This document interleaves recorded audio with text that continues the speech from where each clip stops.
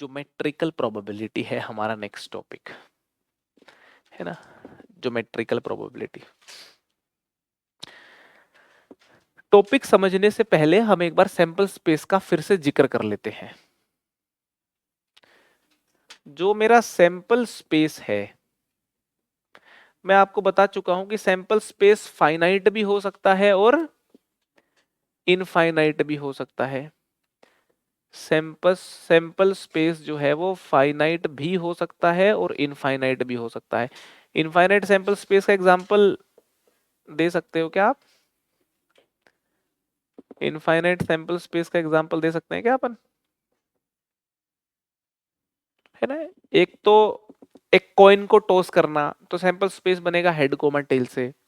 एक दूसरा experiment, a coin is tossed till head comes, फिर जो सैंपल स्पेस बनेगा वो इनफाइनाइट सैंपल स्पेस बनेगा। ठीक है, सैंपल स्पेस फाइनाइट इनफाइनाइट हो सकता है ना। एक दूसरा नजरिया भी है सैंपल स्पेस को देखने का। सैंपल स्पेस डिस्क्रीट और कॉन्टिन्यूअस भी हो सकता है। हम जो सैंपल स्पेस अभी तक देखते आ रहे हैं उसके एलिमेंट देखोगे तो ऐसे हमने देखा कि डिस्क्रीट 50 एलिमेंट है, और ये भी जो हमने बात की थी इनफाइनाइट सैंपल स्पेस की, तो इनफाइनाइट एलिमेंट्स भी डिस्क्रीट थे, एक एलिमेंट कोमा दूसरा कोमा तीसरा, ऐसे कॉन्टिन्यूअस एलिमेंट नहीं थे। एक क्वेश्चन में हालांकि कॉन्टिन्यूअस एलिमेंट भी थे, याद आ रहा, के की वैल्यू थी कुछ 1 से कितनी थी, ये एक मान लो मैंने सेट ले लिया, तो ये sample space continuous sample space है। ठीक है, तो हम कॉन्टिन्यूअस सैंपल स्पेस में डील करने वाले हैं ज्योमेट्रिकल प्रोबेबिलिटी के अंदर, इसलिए मैंने सैंपल स्पेस का मुद्दा वापस उठाया, है ना। जो सैंपल स्पेस है मेरा वो डिस्क्रीट और कॉन्टिन्यूअस भी होता है, मतलब इसको आप डिस्क्रीट और कॉन्टिन्यूअस इस रेफरेंस में भी यहां पे अलग अलग डील कर सकते हो ना। Discrete sample space, continuous sample space, continuous sample space, है ना।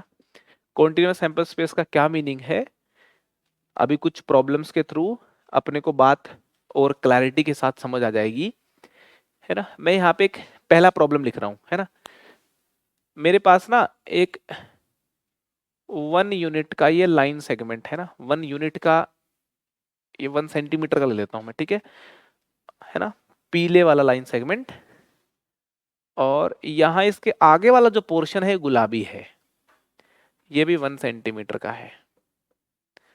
ठीक है, ये लाइन सेगमेंट है ना। ये येलो लाइन सेगमेंट है, गुलाबी लाइन सेगमेंट है, टोटल 2 सेंटीमीटर की लेंथ है। ठीक है, ये वाला पोर्शन येलो है मगर ये वाला पोर्शन गुलाबी है। अगर कोई आपसे सवाल पूछ ले, अगर कोई आपसे सवाल पूछ ले कि a point is selected at random on the given line segment, a point is selected at random on given line segment, what is the probability that it is from pink line segment? Question तो बहुत ही simple है, क्या probability है कि pink line segment पे हो वो?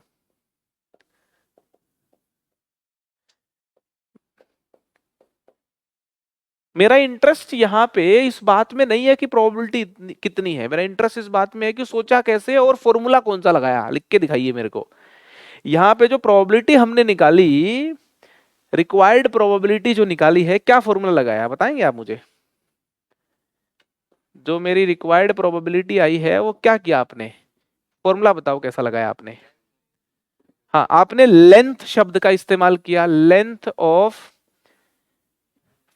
मतलब फेवर जो लाइन सेगमेंट कर रहा है, मतलब फेवरेबल लेंथ की बात करी ना अपन ने, यहाँ पे फेवरेबल लेंथ की बात करी है अपन ने। अच्छा जी,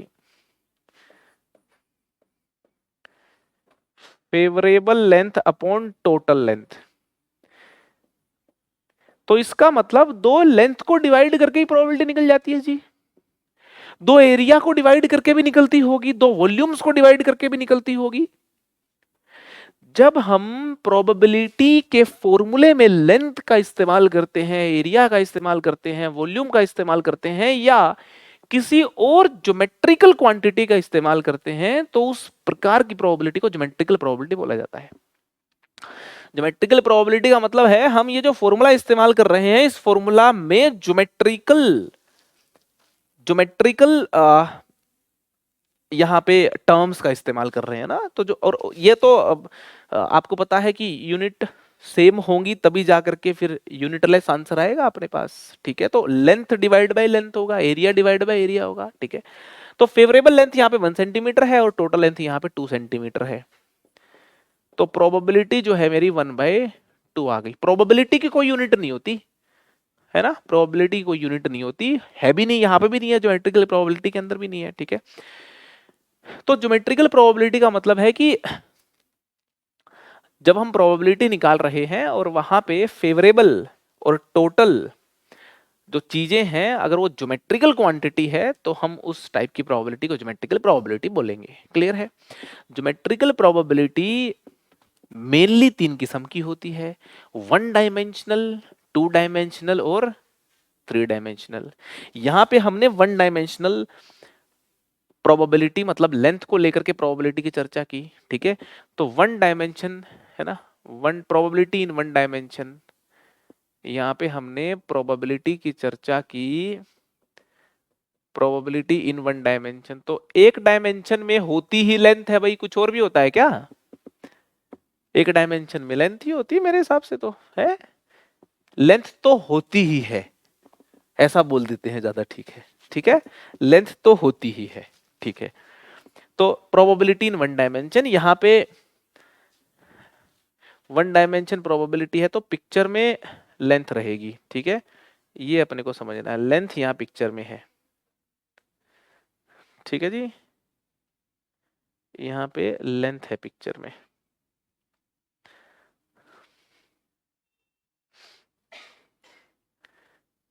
यहाँ पे पिक्चर में लेंथ है, तो लेंथ को फोकस में ला रहा हूं बस मैं। ठीक है, favourable length upon total length, मेरे हिसाब से तो कोई डाउट नहीं होना चाहिए इसमें, है ना। अगर मान लो मैं ऐसा कुछ पूछूं कि a point is selected at random in a circle, in a circle, what is the probability that, what is the probability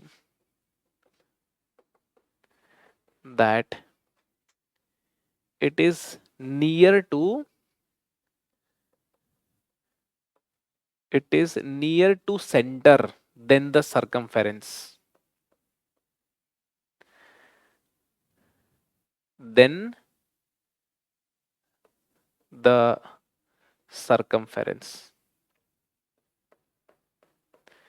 circumference की बजाय सेंटर से नजदीक पड़े वो, है ना, क्या प्रोबेबिलिटी होगी। तो यहां पे देखो सर्कल है, आर रेडियस का ले लो, है ना, आर रेडियस का आपने सर्कल ले लिया जी, ये लो आर रेडियस का सर्कल ले लिया, तो सेंटर के नजदीक वो पॉइंट हो सर्कमफेरेंस की बजाय, तो इसका मतलब r/2 रेडियस के सर्कल के अंदर होना चाहिए वो, है ना, r/2 रेडियस के सर्कल के अंदर होना चाहिए। मेरा ये हो गया फेवरेबल एरिया। यहां जो प्रोबेबिलिटी का फॉर्मूला लगेगा उसमें favourable area divide by total area अपने को रखना पड़ेगा। ठीक है ना, इसके अंदर, इस सर्कल के अंदर कोई बिंदु रखोगे आप, देख लो वो सेंटर से नजदीक है और सर्कमफेरेंस से तो दूर है, ये वाला बिंदु सबसे क्लोज होता है सर्कमफेरेंस पे, इसी से दूर है तो बाकियों से दूर तो होगा ही होगा। समझ में आ रही कि नहीं आ रही बात? ठीक है, तो कुल मिला के अपन बोल सकते हैं कि जी रिक्वायर्ड प्रोबेबिलिटी यहां पे हो गई favourable area, favourable area upon total area. तो क्या लगता है, टू डायमेंशनल प्रोबेबिलिटी जैसी फील आ रही है, एरिया डिवाइड बाय एरिया हो रहा है ना। तो प्रोबेबिलिटी इन टू डायमेंशन, है ना, प्रोबेबिलिटी इन टू डायमेंशन, ये वाले फील दे दी इस वाले क्वेश्चन में आपको। Favourable area upon total area, तो फेवरेबल एरिया हो गया भाई pi R by 2 square upon pi R square. Answer कितना आ गया, आंसर 1/4 आ गया। ठीक है जी, है ना, क्लियर है ना। एक और क्वेश्चन करते देखते हैं इसका सही उत्तर हमें कौन बताएगा।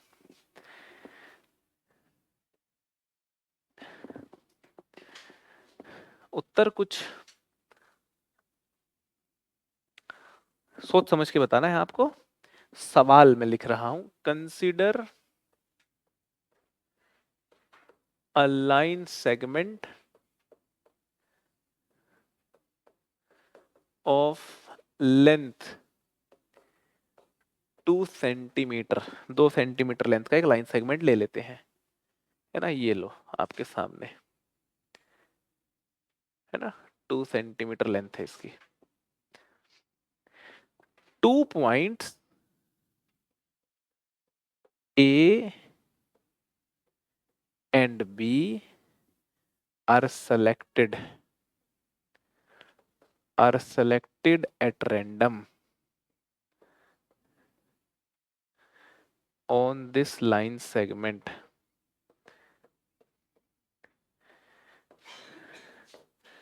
What is the probability? What is the probability that AB is less than equal to 2? AB is less than equal to 1. AB is less than equal to 1, है ना भाई। A और B 2 पॉइंट लोगे तो AB लाइन सेगमेंट बन जाएगा एक और नया। AB की length less than equal to 1 हो, इसकी क्या प्रोबेबिलिटी है। ये क्वेश्चन मैंने कैट के पेपर में देखा था पहली बार, कैट में आया हुआ सवाल है। और ये उसके बाद फिर बड़ी कंपनीज के इंटरव्यू में पूछा जाता है ये सवाल। मैंने सोचा तो मैं क्लास में करा देता हूं। हमारे पास एक लाइन सेगमेंट है, लेंथ 2 सेंटीमीटर है, 2 पॉइंट ए एंड बी इस पे हमें सेलेक्ट करने हैं, 2 पॉइंट ए एंड बी इस पे हमें सेलेक्ट करने हैं रैंडमली। ठीक है, what is the probability that A B is less than और इक्वल टू 1। मतलब ये जो लाइन सेगमेंट ए बी है, इस लाइन सेगमेंट ए बी की लेंथ लेस देन या इक्वल टू 1 हो, इसकी प्रोबेबिलिटी बताइए।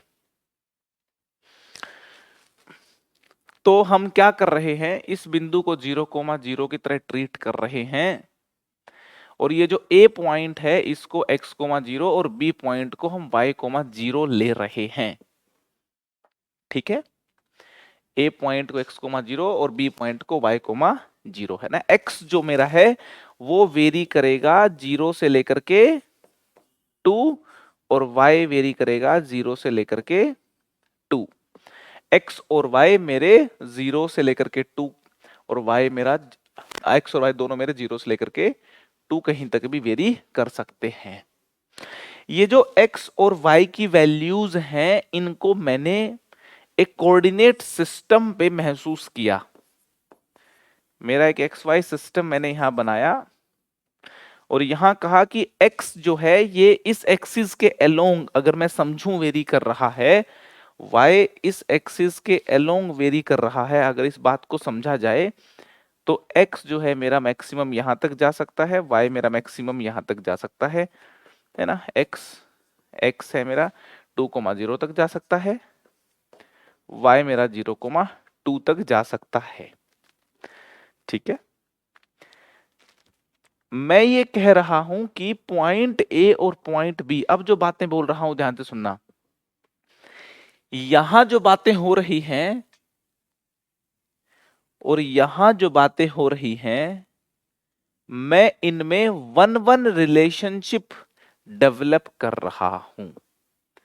कहने का मतलब ये हो गया, एक जगह पे जितने लोग हैं और दूसरी जगह पे जितने पत्थर हैं, अगर 1-1 रिलेशनशिप डेवलप कर दी जाए तो यहां जो टोटल केसेस हैं और यहां जो टोटल केसेस हैं बराबर हो जाएंगे, क्योंकि एक चीज एक के साथ कनेक्ट हो गई तो यहां की टोटल चीज टोटल के साथ कनेक्ट हो गई, और यहां की फेवरेबल के साथ कनेक्ट होगी, तो प्रोबेबिलिटी यहां पे निकाल लो, यहां पे निकाल लो, बात तो एक ही होगी। आप समझ रहे हो? यहां जो चीजें हो रही हैं और यहां जो चीजें हो रही हैं, मैं उनमें 1-1 रिलेशनशिप डेवलप कर रहा हूं। मैं ये कह रहा हूं कि आप जो ए और बी बिंदु ले रहे हो, बेसिकली आप एक एक्स और एक वाई को पिक कर रहे हो, एक एक्स को वाई को ही तो पिक कर रहे हो।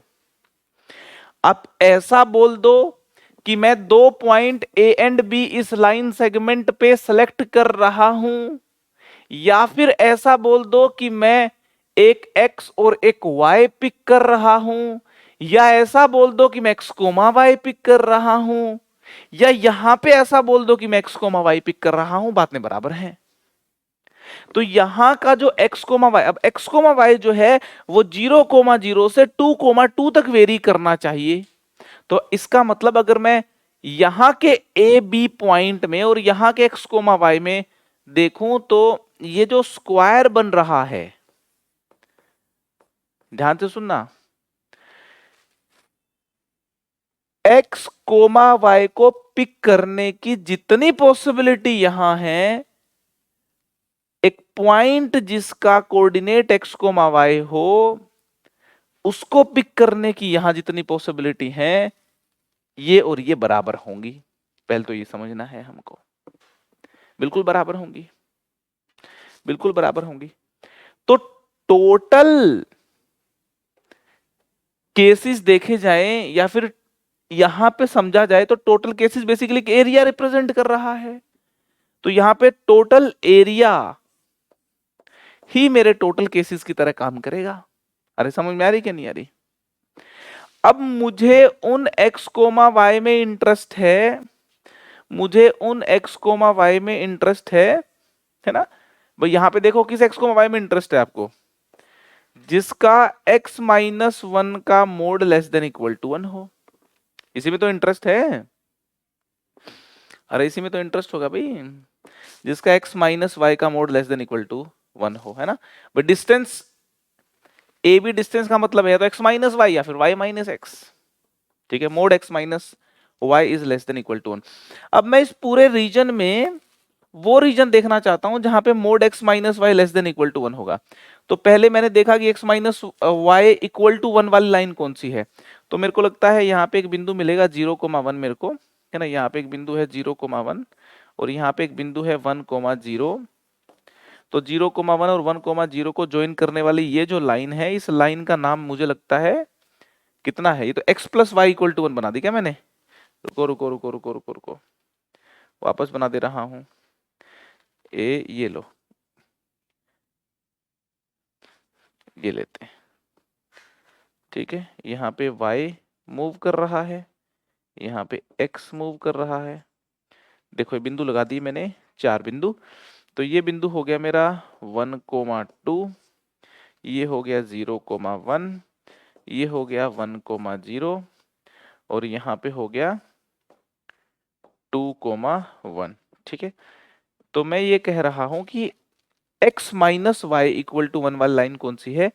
x minus y equal to 1 वाली लाइन तो ये है, देखो ये वाली, देखो x माइनस वाई देखो इक्वल टू 1 आ रहा है। तो ये जो लाइन है, ये लाइन है x minus y equal to 1 वाली। सहमत हो इस बात से आप? y minus x equal to 1 वाली लाइन कौन सी है? ये लाइन है, ध्यान से सुनना।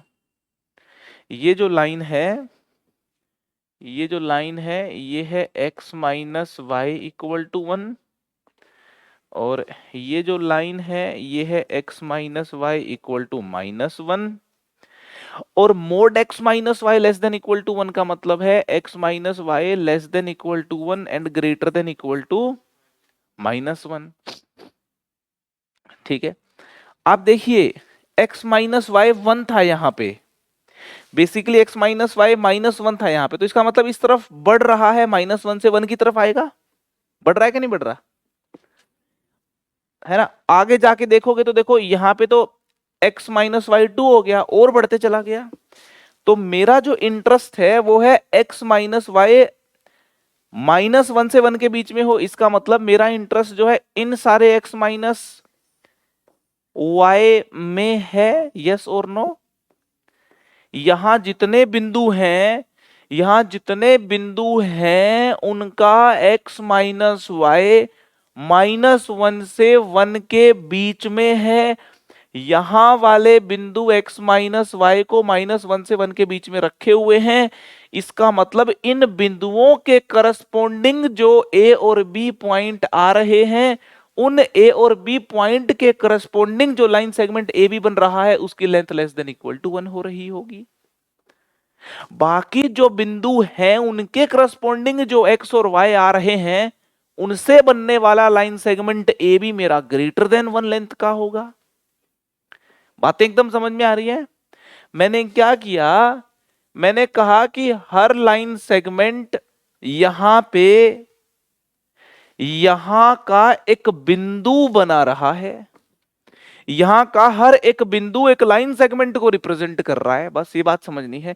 यहां का 2,0 एक 2 लेंथ के लाइन सेगमेंट को रिप्रेजेंट कर रहा है, और 2 लेंथ का लाइन सेगमेंट कहां है ये भी बता रहा है। x2 ले लो और y ले लो मेरा 0, x ले लो 2, x ले लो 2, यहां पे ये a ले लिया और y यहां पे ही ले लिया, मतलब b भी यहीं पे ले लिया।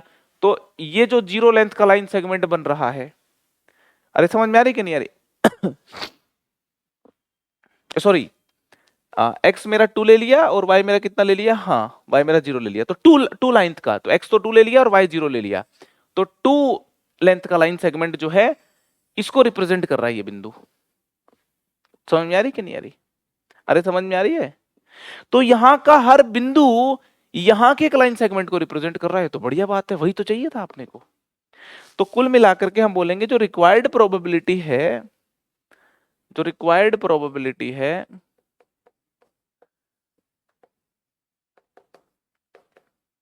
वो होगी फेवरेबल एरिया, फेवरेबल केसेस में यहां पे एरिया है अपॉन टोटल एरिया। तो फेवरेबल एरिया कितना हो गया, ये एरिया देखो जरा, ये एरिया कितना हो गया, टोटल एरिया कितना है, टोटल एरिया 2 इंटू 2 है ना, यहाँ पे है ना 4 है। तो इस ट्रायंगल का एरिया देखोगे तो ये हाफ बेस 1 इंटू हाइट भी 1, तो ये एरिया हाफ है। तो ये हाफ और ये हाफ टोटल 1 हो गया है ना। ये जो खाली एरिया है ये 1 हो गया, तो 4 माइनस 1 ये भी कितना हो गया 3, तो 3/4 मेरी प्रोबेबिलिटी आ गई। बात समझ आ रही है? 3/4 प्रोबेबिलिटी आ गई। 3/4 चांस है कि आप जो a कोमा बी पॉइंट लोगे, a एंड b पॉइंट लोगे, उससे बनने वाला जो लाइन सेगमेंट ए बी है उसकी लेंथ लेस देन और इक्वल टू 1 हो। इस बात के चांस 3/4 हैं। आई होप आपको समझ आ गया होगा। क्वेश्चन कह रहा है कि a stick of length L is broken into 3 parts. L length की स्टिक को 3 पार्ट्स में अपन ने तोड़ दिया है ना, 3 पार्ट्स में तोड़ दिया। ये L लेंथ की स्टिक थी, ठीक है। तो 3 पार्ट में तोड़ोगे ऐसे करके, एक यहां से ब्रेक करना पड़ेगा आपको, एक मान लो ये ब्रेक कर दिया तो 3 पार्ट हो गए इसके, एक पार्ट ये हो गया, दूसरा पार्ट ये हो गया, तीसरा पार्ट ये हो गया, ठीक है। ये मेरा एक पार्ट, ठीक है। ये हो गया अपना दूसरा पार्ट, यहां से लेके ये दूसरा पार्ट हो गया जी, ठीक है। और ये फिर आगे तीसरा पार्ट है, 3 पार्ट में आपने इसको तोड़ दिया। अब ये 3 डंडों से ट्रायंगल बने जरूरी नहीं है, बन भी सकती है और नहीं भी बन सकती। इस बात की क्या प्रोबेबिलिटी है, find the probability that these 3 parts form a triangle. इस बात की प्रोबेबिलिटी बताओ कि ये ट्रायंगल बना दें। तो इनकी लेंथ पे डिपेंड करेगा ये ट्रायंगल बनाएंगे कि नहीं बनाएंगे। ये जो 3 डंडे हैं, इन 3 डंडों से है ना, ये जो पीला, गुलाबी और सफेद, ये जो 3 डंडे हैं, ये पीला हो गया, ये गुलाबी और सफेद, ये 3 डंडे ट्रायंगल तब बनाएंगे अगर वो ट्रायंगुलर इनइक्वालिटी का पालन कर रहे होंगे तो, है ना। ये 3 डंडे ट्रायंगल तब बनाएंगे जब x प्लस वाई जेड से बड़ा हो, y प्लस जेड एक्स से बड़ा हो और x प्लस जेड वाई से बड़ा हो। ठीक है, टोटल लेंथ दे रखी है, टोटल लेंथ l है, तो हम ये बोल सकते हैं दो डंडे तोड़ने के बाद, x और y तोड़ने के बाद, कि बची हुई l minus x plus y हो गई बचे हुए पार्ट की लेंथ। ठीक है, तो यहां पे मुझे सबसे पहले तो लिखना होगा x plus y is greater than this. देखो लिख रहा हूं जरा मैं, x plus y is greater than l minus x plus y. तो इसको लेफ्ट में लेकर के गया तो 2 times x plus y is greater than l, तो x plus y greater than l by 2 हो गया। ठीक है, फिर इसको और इसको जोड़ के इससे बड़ा लिख देता हूं मैं, है ना, लिख देते हैं जी x प्लस, है ना, इसको और इसको जोड़ रहा हूं, है ना, this plus this is greater then y। ठीक है, तो ये कैंसिल हो रहा है, ये तो 2y हो गया, तो यहां आ गया y is less then l by 2। ठीक है, अब इसको और इसको जोड़ देता हूं, ये लीजिए जी, तो आपके सामने आ गया x is less then l by 2। बहुत ही बढ़िया, है ना भाई, y जो है l बाई 2 से छोटा होना चाहिए, x जो है l बाई 2 से छोटा होना चाहिए, है ना, x plus y l by 2 से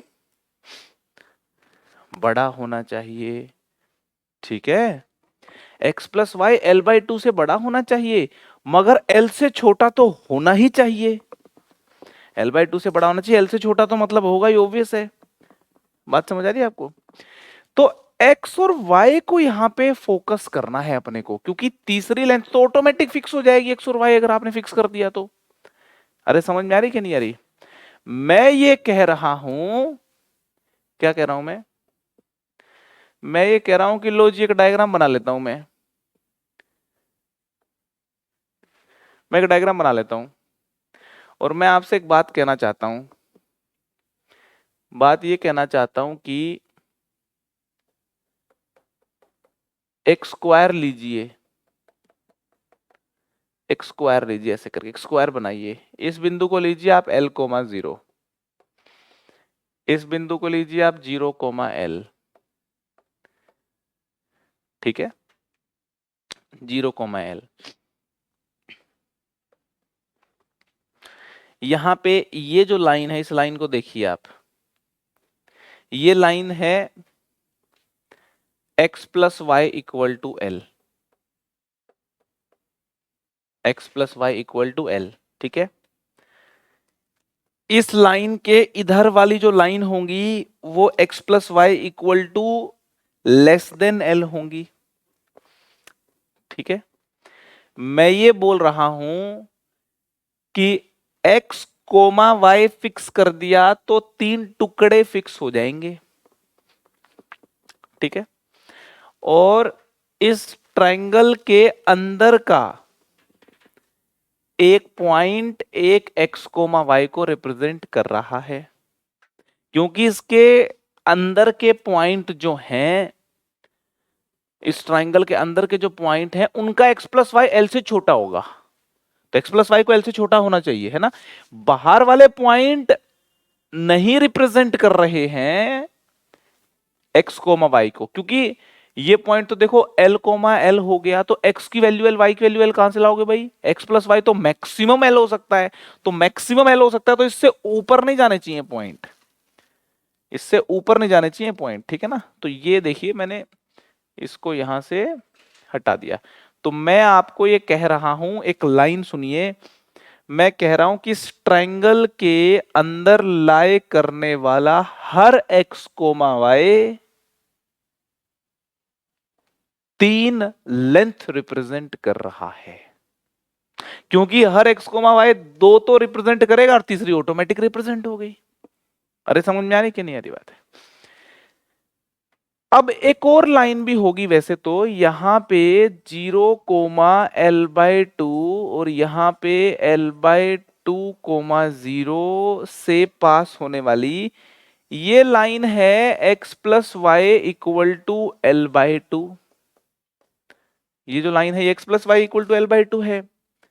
मुझको ऐसे x चाहिए जो l बाई टू से छोटा, ऐसा y चाहिए जो l बाई टू से छोटा हो, और ऐसा x प्लस वाई चाहिए जो l बाई टू से बड़ा हो। तो देखो जरा, यहां ये देखो, ऐसे करके ध्यान से देखिए, ये एक पीले कलर का, ये एक पीले कलर का एक क्षेत्र बना दिया मैंने। अब देखिए इस पीले कलर के क्षेत्र में क्या हो रहा है, x प्लस वाई की वैल्यू एल बाई टू से बढ़ने का प्रयास कर रही है, बढ़ रही है, x plus y L by two से बढ़ा जा रहा है, x plus y L by two से बढ़ा जा रहा है। और x की वैल्यू देखिए एल बाई टू से छोटी ही रह रही है, और y की वैल्यू भी एल बाई टू से छोटी रह रही है। तो इसके इधर, इसके इधर और इसके इधर, तो यही यही यही एरिया है बस। इस एरिया में लाई करने वाला कोई भी x कोमा y लोगे, वो इन तीनों बातों को फॉलो कर रहा होगा, और उस x कोमा y के करस्पॉन्डिंग जो तीन टुकड़े बनेंगे उनसे ट्रायंगल बन ही रही होगी। यस और नो? तो ये मेरा फेवरेबल एरिया हो गया। मैं तो ये कहना चाहता हूं, ये मेरा फेवरेबल एरिया हो गया। कश्ती बनाते थे ना अपन बचपन में, तो इसको उठा के फोल्ड कर दो, इस पे चढ़ जाएगा, इसको उठा के इस पे फोल्ड कर दो, इसको उठा के इस पे फोल्ड कर दो, तो 1 2 3 4 इक्वल एरियाज हो गई है। देखो तो आप, तो रिक्वायर्ड प्रोबेबिलिटीज 1/4। समझ में आ रही कि नहीं आ रही? ये जो फेवरेबल एरिया है, देखो ये एरिया, ये देखो 4 राइट ट्रायंगल बन गए यहाँ पे, है ना? चारों बिल्कुल इक्वल राइट ट्रायंगल है ना? ये लेंथ इक्वल, ये बराबर, ये बराबर, सब बराबर तो है। समझ आ रही? तो रिक्वायर्ड प्रोबेबिलिटी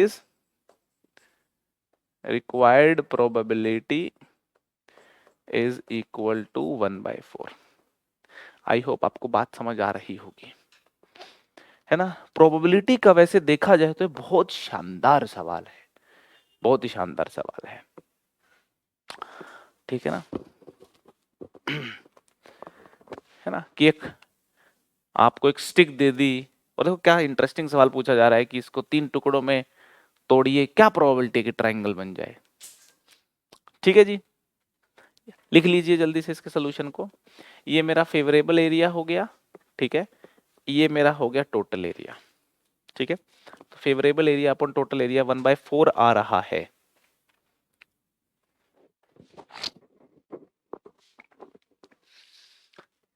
क्या कह रहा है question? Sphere of radius R, है ना? रेडियस आर का स्फीयर है, सर्कमस्क्राइब्ड अबाउट अ क्यूब। अच्छा, तो सर्कमस्क्राइब्ड है अबाउट अ क्यूब, मतलब एक क्यूब के जो कोने हैं ना, उन कोनों को सर्कमस्क्राइब कर रहा है ये, है ना? तो क्यूब के कोने सर्कमस्क्राइब कर रहा है ये। तो डायग्राम जो है वो कुछ 3 डायमेंशनल होगा। तो कुछ बनाने की कोशिश करें, कैसे करें कोशिश? हमसे तो बन नहीं पाएगा ये। चलो चलो बनाने की कोशिश करते हैं, ठीक है? ऐसा कोई करके क्यूब होगा,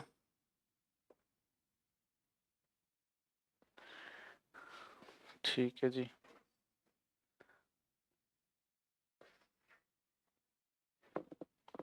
है भाई, ये क्यूब है ये, ठीक है ना? क्यूब को सर्कमस्क्राइब कर रखा है स्फीयर ने, है ना?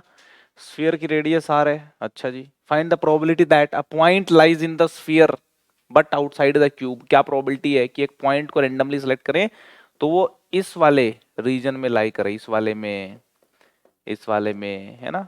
Inside the sphere but outside the cube. तो यहाँ पे फेवरेबल वॉल्यूम और टोटल वॉल्यूम का सवाल है ये तो, एक तरीके से, है ना? तो फेवरेबल वॉल्यूम यहाँ पे देख लो कितना है ना? रिक्वायर्ड प्रोबेबिलिटी जो है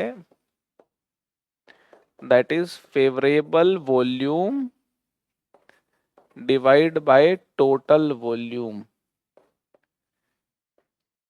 तो फेवरेबल वॉल्यूम जो है वो ये वाला ये वाला ये वाला और ये वाला मिला के है, ठीक है। तो स्फीयर का जो वॉल्यूम है उसका फॉर्मूला क्या होता है,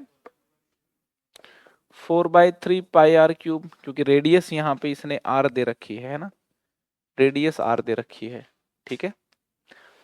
माइनस कर दोगे क्यूब का वॉल्यूम, तो क्यूब का वॉल्यूम अगर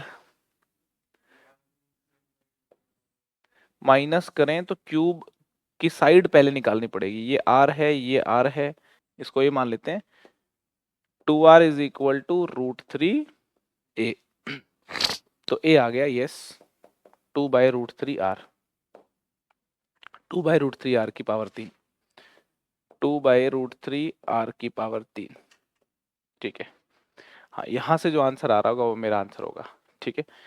तो यहां से कितना आंसर आ रहा होगा भाई, r³ तो कैंसिल ही हो गया है ना, तो लिख देते हैं एक बार 4/3 पाई 8 ये 3√3 आ रहा है यहाँ से, तो 3√3 अपॉन 4/3 पाई, तो 1 माइनस ये बिल्कुल यहाँ से कैंसिल हो रहा है 2/√3 पाई, ऐसा कुछ सीन आ रहा है यहाँ पे, तो ठीक है, ठीक है जी।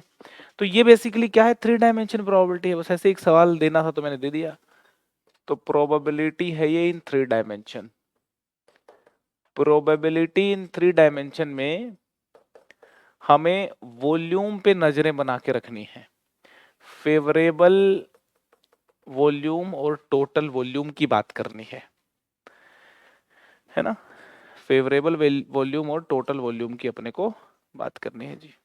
प्रोबेबिलिटी निकल जाती है फेवरेबल वॉल्यूम अपन टोटल वॉल्यूम करने से, ठीक है। तो यहाँ पे आपका ज्योमेट्रिकल प्रोबेबिलिटी कंप्लीट होता है।